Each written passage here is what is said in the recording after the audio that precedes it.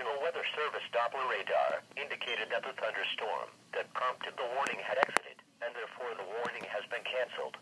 Stay tuned to local media outlets for the latest severe weather information.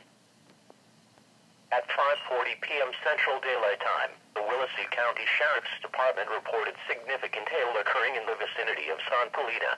National Weather Service Doppler radar indicated the severe thunderstorm was now 7 miles east of Raymondville, moving south at 10 miles per hour.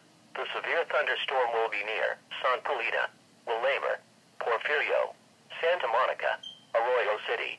The severe thunderstorm is also capable of producing quarter-size hail, 60 miles per hour wind gusts, excessive and deadly cloud-to-ground lightning. This is a dangerous storm. Severe thunderstorms can produce tornadoes with little or no advance warning.